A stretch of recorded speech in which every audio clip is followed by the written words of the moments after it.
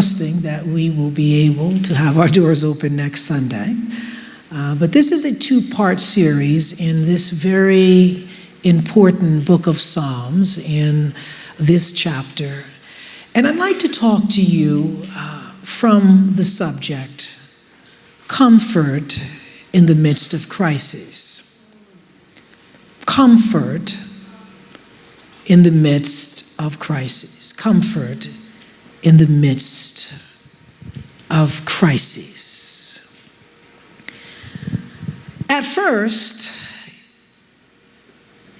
it was just a distant news report about some horrible virus that suddenly plagued the Chinese, resulting in the unfortunate death toll of thousands.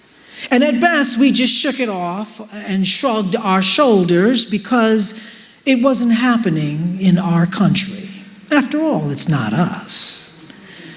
And then we heard of it making its mark in South Korea, and then in Italy, where it apprehended over 15,000 and claimed over 1,000 lives, causing the whole country to precipitously shut down and quarantine all of its cities. And finally, it reached the shores of these United States, where it began to claim its victims in Washington state, and then very quickly, within just a few weeks, meandered its way through the rest of the country, permeating state after state, city after city, where today this grim reaper of viruses has claimed some 60 American lives and contaminated more than 2,800 people altogether, and the numbers are still fluid. They're still rising. They're still counting.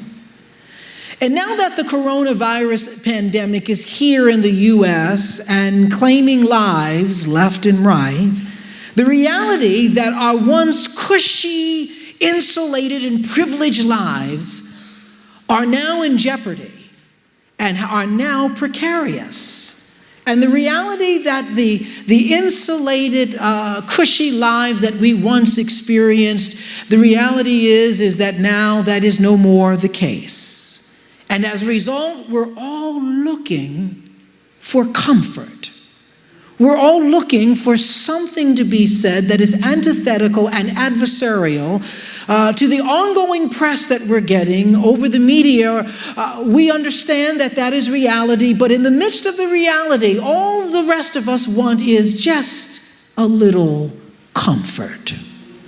Comfort in the midst of our crises. And this text speaks to us today about this same subject. The subject of comfort, comfort in the midst of a major crisis. It is said that this very same psalm, Psalm 46, was the great psalm, was the favorite psalm of the 16th century Protestant reformer Martin Luther. In fact, Martin Luther loved this psalm so much that during the dark and dangerous times of the Protestant Reformation, this psalm became a well of comfort for his troubled soul. In fact, so comforting did this psalm become for Martin Luther that he would often sing it in his own way, rearranging the words. And he arranged this psalm so much that out of this arrangement came one of our great hymns of old, which you may not be aware of, which is "A mighty fortress is our God." And so that song came out of that psalm. But Luther wasn't the only person who found comfort in this psalm, because its original authors who penned these very words, no doubt took even greater comfort in this psalm than Luther did. Their names, the names of the authors of this psalm, they're called the sons of Korah. They were the temple priests, and the moment in which they penned this psalm was one of the most crisis-filled moments of their lives. Consider their backstory. You see, the Assyrian army had just moved in upon Jerusalem to take it over, and everywhere they looked, north, south, east, and west, the Assyrian army was there, surrounding them, ready to take their whole city captive. Everyone was upset in Jerusalem.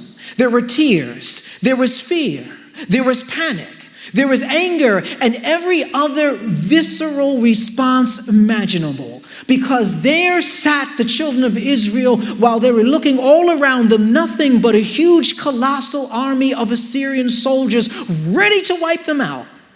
Their whole nation was now in jeopardy. And everything that once was the life of peace and tranquility and harmony that they had once known for a short period of time had now become threatened. Life as they had once known it had changed, and an utter crisis had ensued. And really, when you think about it, so it is with us today. As we sit in this dispensation of our nation's history, where we find ourselves faced with the biggest pandemic ever since in most of our lifetime, we realize that our country is in utter crisis. Anytime we find ourselves practicing social distancing, where the public congregating of large crowds are now being prohibited and people are just afraid even to shake one another's hands, you know we're in crisis. Anytime public schools all across the country are now closing their doors one after the other, sending kids home to do and to experiment with distance learning, you know we're in crisis. Anytime colleges and universities from Ivy League schools on down are shutting their campuses and shifting their classes into online mode, you know we're in crisis. Anytime the holy grail of American pastime, professional sports organizations like the NBA and the MLB and the NHL, not to mention the NCAA's March Madness, are all suspending their play seasons, millions of dollars lost. You know we're in crisis. Anytime the lights go dim on Broadway and the curtains have closed and all of our favorite theater productions have taken their last bow for a little while, you know we're in crisis. And anytime the stock market has virtually tanked into a bear market, losing almost 3 years of gains, eviscerating most of it. If you have an IRA or if you have a 401k, you don't have to watch it, but your company has to watch it. It has eviscerated all of those IRAs and 401ks and 401bs and sending our economy into a downright death spiral. You know, anytime the stock market gets to where it's gotten in this bear status, you know we're in crisis. And so here we are in modern day 2020, but yet feeling like we're in 1918, where our country was dealing with the Spanish flu pandemic, where some 675,000 Americans died. Where just like back then, people today are afraid to touch one another. Where just like back then, people today are walking around with surgical masks on. Where just like back then, people today are cleaning out the stores and hoarding every disinfectant product they can find. Where just like back then, people today are running scared, wondering who's going to be its next victim. So this, no doubt, is one of the biggest crises in the last 100 years of our nation's history, engendering a phalanx of panic and fear among the American public, who, like Shakespeare's Hamlet, many people are excogitating and vacillating between the notions of whether they want to live or die. I'd rather die before it comes and take me. To be or not to be, that is the question, whether 'tis nobler in the mind to suffer the slings and arrows of outrageous fortune, or to take arms against a sea of troubles, and by posing in them, Shakespeare's Hamlet said. And oh, we're in a crisis. And so what most people want to know is, where can I go? Where can I go to find comfort? Where can I go to find some solace, some peace? Where can I go to find some reassurance? It is my conjecture that that's why many of you are here today, even though you heard folks in media saying stay home, because there is an innate intrinsic drive and thirst and hunger for all of us as human beings to just find some place where I can get some comfort. Where can I find comfort in this crisis? Well, I think I know where. It is found right here in our text for today, in the words of the sons of Korah, who penned this text in the midst of their own crisis. Right there in verse 1, they are trying to deal with the emotional pull and weight of the crisis that they are dealing with, and God gives them a word of comfort to help them deal with the crisis they're in. And here's the first word of comfort that he gives them. They write it down in verse 1. They write these words. They write, God is our refuge.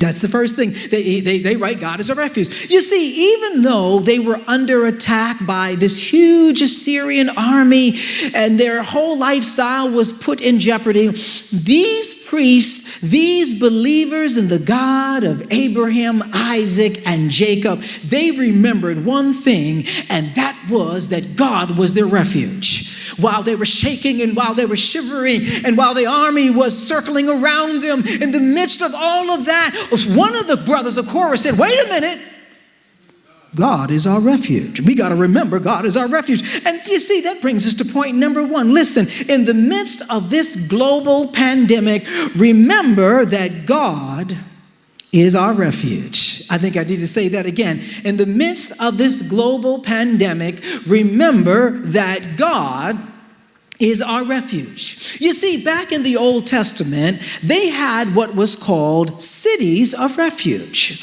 where runaway slaves and accidental murderers could flee for shelter and protection, and no one could bother them. They were protected.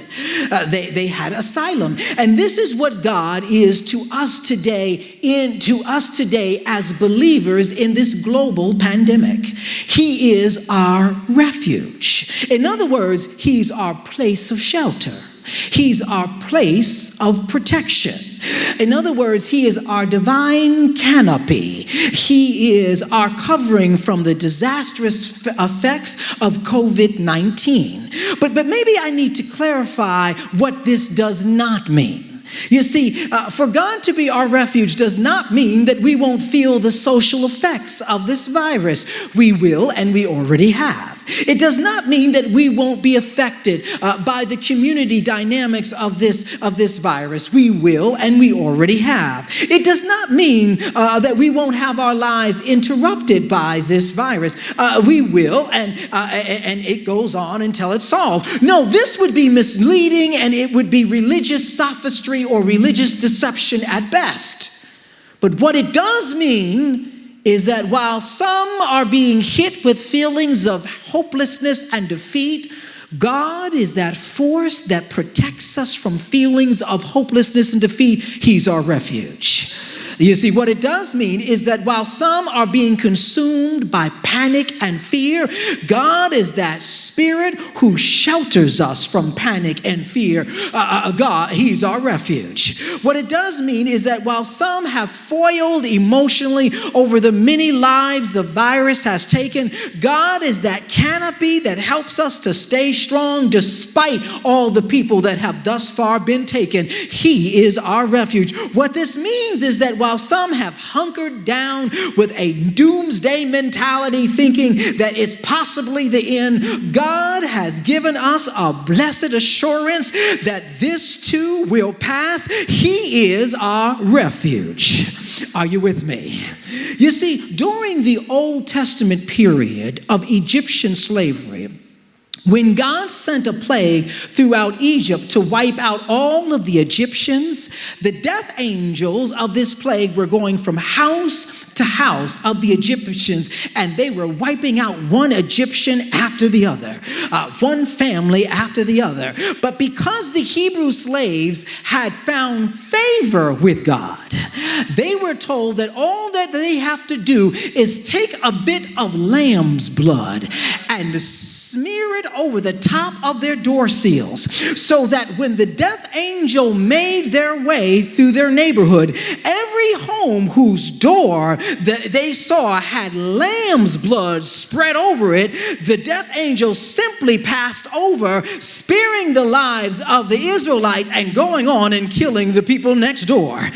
And I've just come to tell some saints of God today that if you're saved and covered by the blood of God, if the coronavirus makes its way through your community, once it sees the blood, you don't hear me, smeared over the door of your life, you can trust that it's going to pass over your household and go on to the next folks, because when he's our refuge, it means that we are under his covering. It means that we can swim in what other folk are drowning in, that we can thrive in what other folk can't survive in, that we can smile through what other folks are crying in. It means that we can stand up in what other folk are falling in. Yeah, he's our refuge from despair, from defeat, from hopelessness, from tears, from despair. Now somebody shout, he's my refuge. And so the first thing that the sons of Korah realized during this time of crisis is that God was their refuge. But then these writers, these priests, they go on to delineate another note of comfort about God in their time of chaos. And it's found right there in the next section of verse 1. They say, God is our refuge and our strength. They say, God is our refuge and our strength. You see, the Syrian army was an extremely powerful army, and these priests knew that they were no match for them. You see, pound for pound, bow and arrow for bow and arrow, they knew that they didn't have the military strength to defeat them.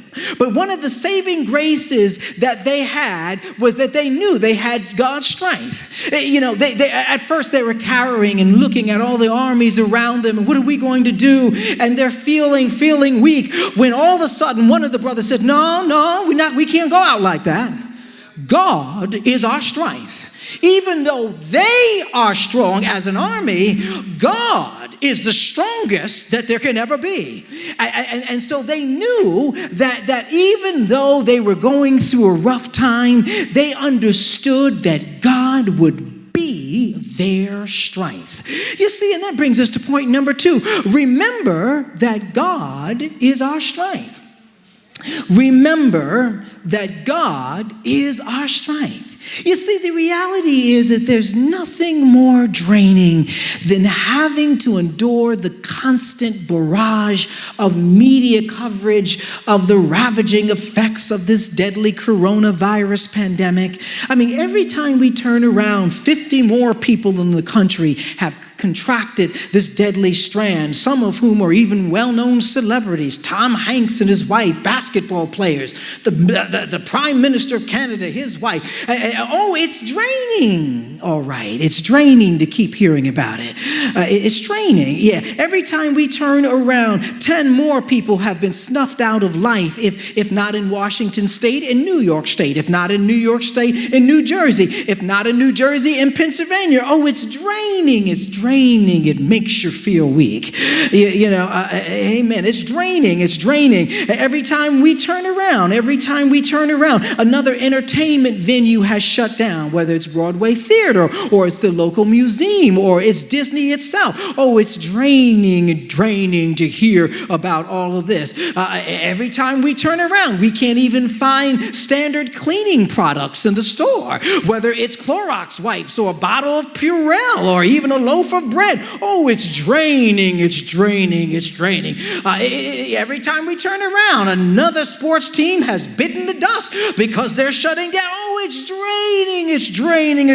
And as a result of all of the chaos and carnage around us, we steadily become weakened and enervated in strength. But the devil is a liar. Because there's some good news. Because this text reminds us that when we're weak, God becomes our strength. You don't hear me.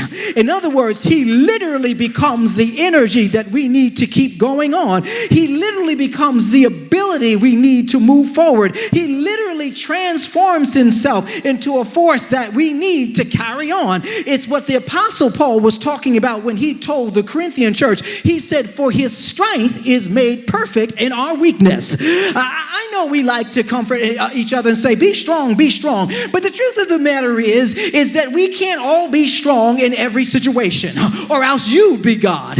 And so no one can be strong. And so there's no point in you saying, be strong, be strong. Listen, we don't have to be strong, because in those moments of weakness, God says, I'll be your strength. I'll be the energy you need. I'll be the fortitude that you need. I'll be what you need to move forward. It reminds me, one of my favorite cartoons while growing up was Popeye. You remember him, the muscle-bound, laughing sailor. Well, every time some form of chaos would strike in Popeye's life, with someone like Brutus beating him down or getting left on the train tracks in front of a speeding train, Popeye would pop open a can of spinach, and after he gulped it down, would instantly embolden him with all the strength he needed to beat the opponent or get out of the trouble he was in. In other words, spinach strengthened him. And so it is with us and God.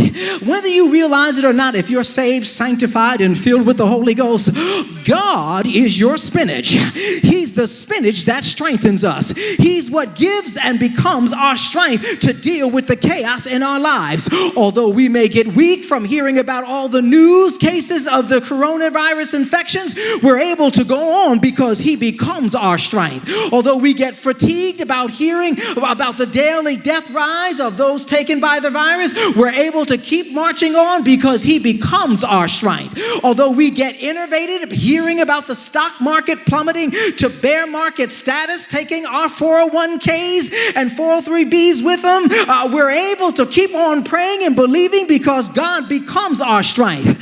Strength for what? Strength to keep fighting, strength to keep pushing, strength to keep marching, to keep running on, strength to keep praying, strength to keep worshiping, strength to keep believing, strength to run on and see what the end's going to be.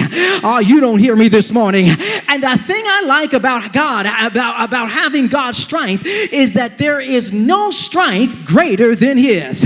Yeah, Corona may be strong, but it's nothing compared to the awesome, omnipotent strength of God. The stock market may plummet, may be strong, but it pales in comparison to the invincible strength of God. The wave of sickness spreading throughout may be strong, but it couldn't begin to match the sovereign strength of God. Why? Because he is sovereign. He's omnipotent. He's the King of kings, Lord of lords, Prince of peace, the almighty God, the everlasting Father. In fact, God is so powerful that Solomon said, put it like this. He says that God is a strong tower. Can I tell somebody that if his name is a strong tower, then you know that his self is bigger than that. So if there's anybody's strength that you want to have, it's not your strength, it's not your mama's strength, it's not your daddy's strength, your grandma's strength, your pastor's strength. No, that's not going to cut it. You need God's strength. Look at your neighbor and tell him he'll be your strength.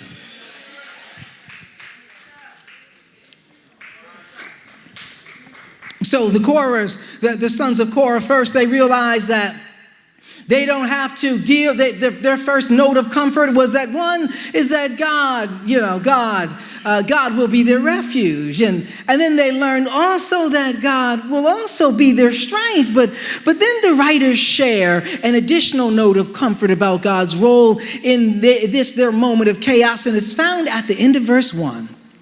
Notice what they write. They say, "And a very present help in the time of trouble.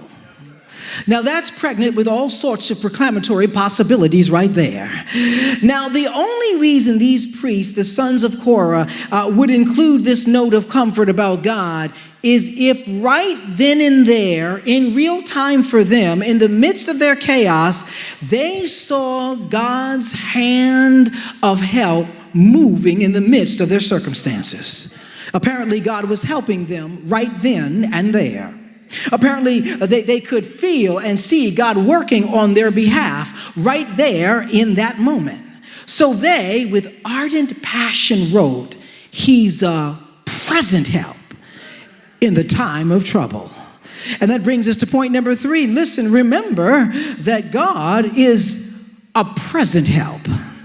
Yeah, remember that God is a present help. You see, the reason this is an important point is because the reality is that when we think of God helping, we don't tend to think of him helping right now. We always think of him helping in terms of future tense. Yeah, we think that if he's going to do anything, it won't be right now, not now, but it'll be tomorrow or next week, or it'll be next month or even next year, but never right now. We never see him as helping in the now. But note the operative word of this text. The operative word of that verse is present. It says that he is a present help. This means that we don't always have to wait for tomorrow or next week. We don't have to wait for next month or next year for God to help us. But oftentimes, whether we're cognizant of it or not, God is helping us right now. Yeah, the fact that we can remain calm, cool, and collected in the midst of such a major crisis is evidence that he's helping us right now. He's a present help. The fact that we can come to church despite all the fear-mongering and anxiety that's spreading around us is evidence that he's helping us right now. He's a present help. The fact that we've already been able to make the necessary adjustments to our lifestyles for where we go, how we shop, and even what to do with our kids during this pandemic situation right now is evidence that he's helping us right now. He's a present help. The fact that we're still feeling fine, many of us, with no symptoms of the virus whatsoever, is evidence that he's helping us right now. He's a present help. Oh, you don't hear me. Why? Because God is a right now God.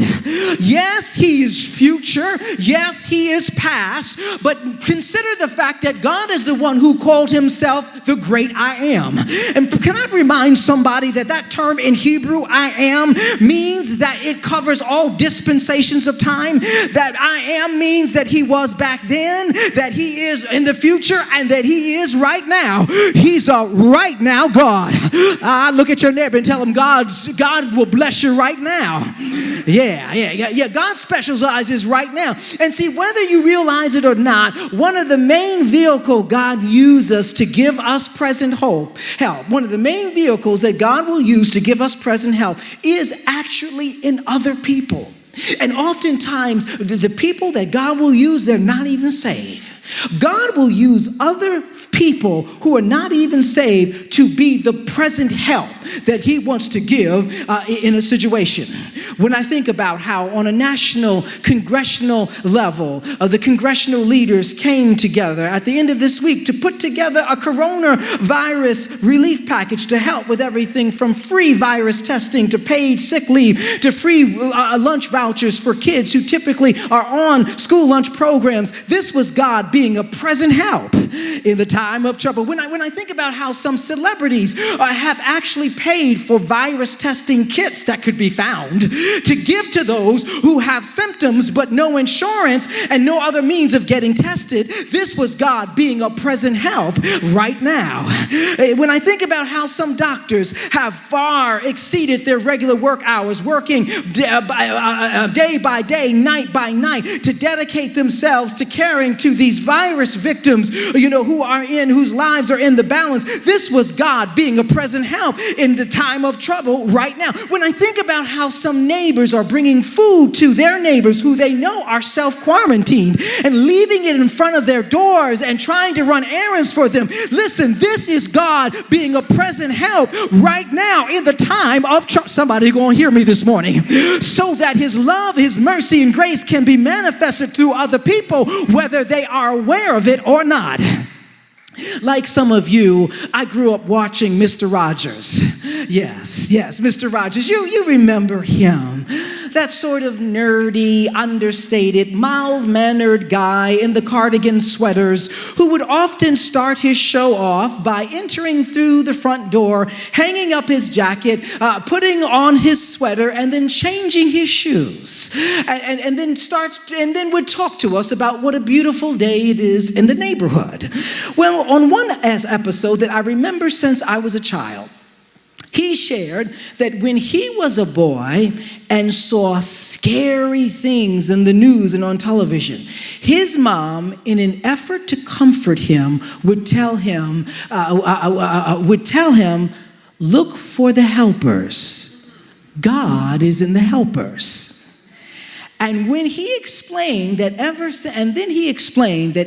since then, whenever tragedy struck throughout his life, he remembered the words of his mother who told him, look for the helpers. God is in the helpers. And for those of us who are asking that existential question of where is God when tragedy strikes? Where is God when pandemics occur? I'll tell you where he is. He's in the helpers.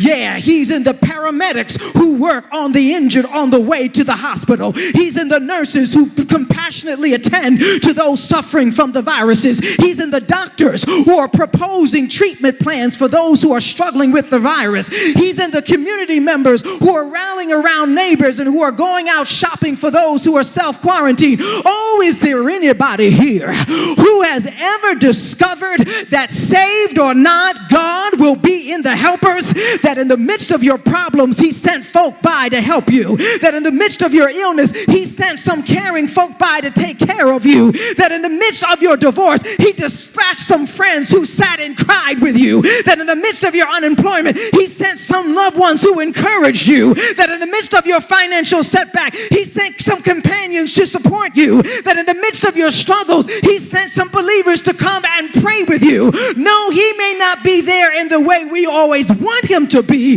but rest assured he is there. It's what Jesus was talking about when he said, and lo, I am with y'all. Not gonna And lo, I am with you always, even until the end of the world. Is there anybody here who has ever seen God be with you? You didn't have to wait till tomorrow. You didn't have to wait till next week. You didn't have to wait till next year. But in the midst of your tears, in the midst of your anxiety, in the midst of your emotionalism, the presence of God came and became a present help. Look at your neighbor and tell him he's a present help.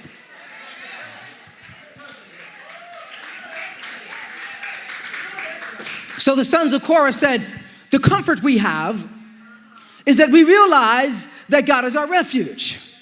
And then second, we also realize that he's our what? He's our strength. And then third, they realized that God was their present help. But lastly, it's incumbent upon us to take note of the next word of comfort God gives to these beleaguered priests, and it's found in the very beginning of verse 2. Just one simple pithy verse. He writes, therefore, we will not fear.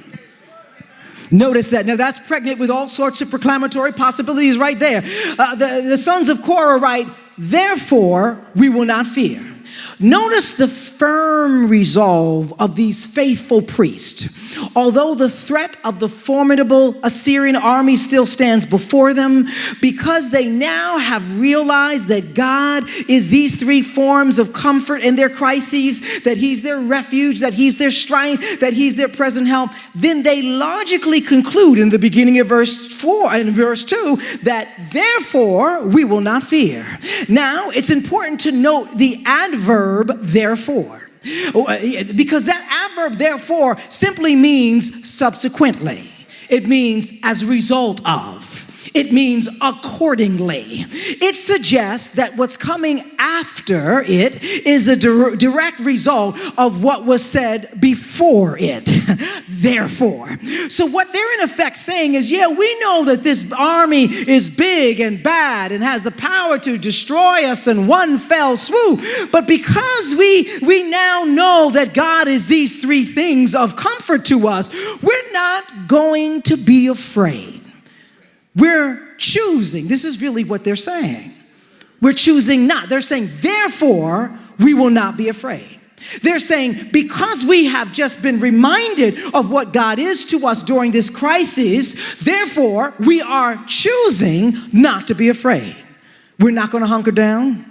We're not going to cower down.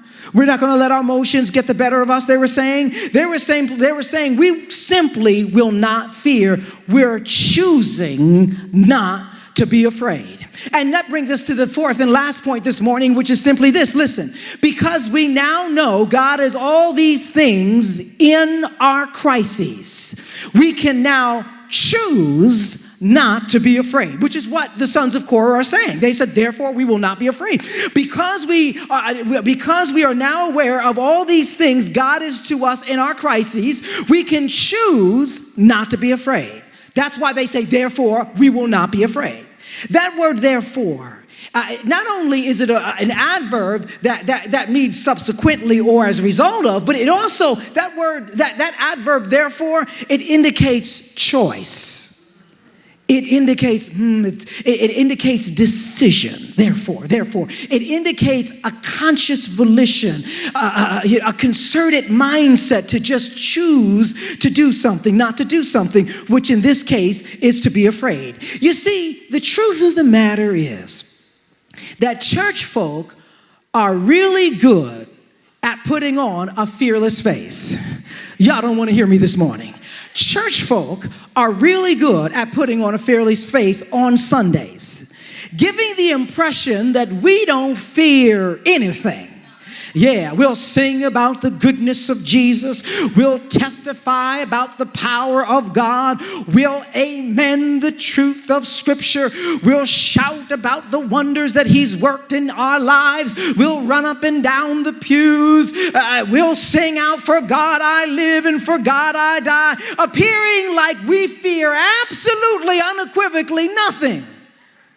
But then when the heat of the next week comes, y'all not going to pray with me this morning.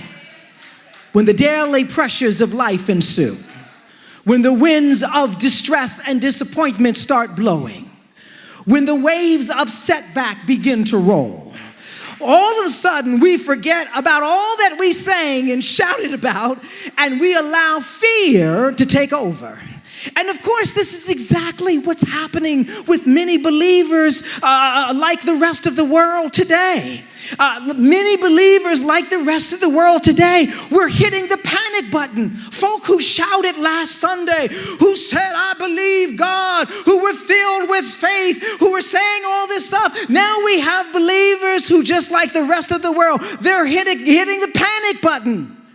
We're doing all this panic shopping, this panic purchasing. We're buying up a year's supply of Purell. Some of you got it in your car right now. We're buying up a 6-month supply of Clorox wipes. We're panicking. We're buying a 3-month supply of toilet tissue. We're panicking. We're buying a 5-week supply of ramen noodles. We're panicking.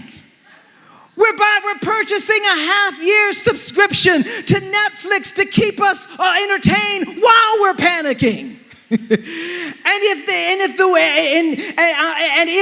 of the world is coming and we've only got 6 months to live, we're acting like the end of the world is coming and we only have 6 months to live. The same folk who shouted last week, the same folk who testified, the same folk who said, for God I live and God I die, the same folk who went to work talking about what their pastor preached about, they're acting as if the world is coming to an end and we've only got 6 months to live. That's nothing but fear. I love the story of a little boy who's afraid of the dark. Well, one day his father told him to go into the back porch, which didn't have a light. It was pitch dark, and the father told him to go on the back porch and bring him a broom. And keenly aware of how dark the back porch was, the little boy said, "Well, Daddy, I can't go back there because I'm afraid of the dark." So to comfort the boy, the father said to him, "Listen, don't be afraid. Don't be afraid. Jesus is out there. Jesus is out there." So the little boy went to, the back porch and saw that it was still dark. And instead of stepping in, he just kind of reached his arm into the porch kind of blindly and said, "Jesus, if you're in there, pass me the broom." and much like this little boy, even with Jesus on our side, we're afraid of the dark. You see, the way fear works is like the hunting technique of the dreaded Komodo dragon. You see, endemic to the southeastern Asia island of Komodo, the Komodo dragon, which is the world's largest lizard, it doesn't hunt like other predators. It's the only one that hunts like this in all of wildlife. He doesn't have to hunt like other predators. He doesn't have to, because his saliva alone is a toxic amalgam of over 100 poisonous bacteria. And so instead of running after his prey and pouncing on it, all he has to do is walk casually by one of his victims and then just take a quick bite out of him. And when he does, he's injecting all of this toxic saliva into the animal, and then the Komodo dragon walks away. And the animal will then walk away. He'll feel the bite, and he thinks he's okay. And then he walks away for several minutes later, and he thinks he's just fine. But then by the time we get to about a half hour later, once that deadly cocktail of poison permeates that animal's system, it assaults their system so badly that it shuts their system down, immobilizing the animal, and it freezes them. And the animal, although still alive, it can't move. And then the dragon, who now has waited patiently for his victim to be stalled, now comes by very, very casually, walks up to his prey, and then begins to eat his prey alive. And as it is with the Komodo dragon, so it is with fear. Fear doesn't have to chase us. It doesn't have to pounce on us. All it has to do is take one bite out of us and inject us with this toxic poison. And once it gets inside of us, it paralyzes us and freezes us and immobilizes us, which is what's going on throughout our country as a result of this coronavirus pandemic. We've been bitten by the fear of this disease, as obsessively focused on by the news media and other forms of info communication. So much so that some people are simply waiting for the virus to come and take them.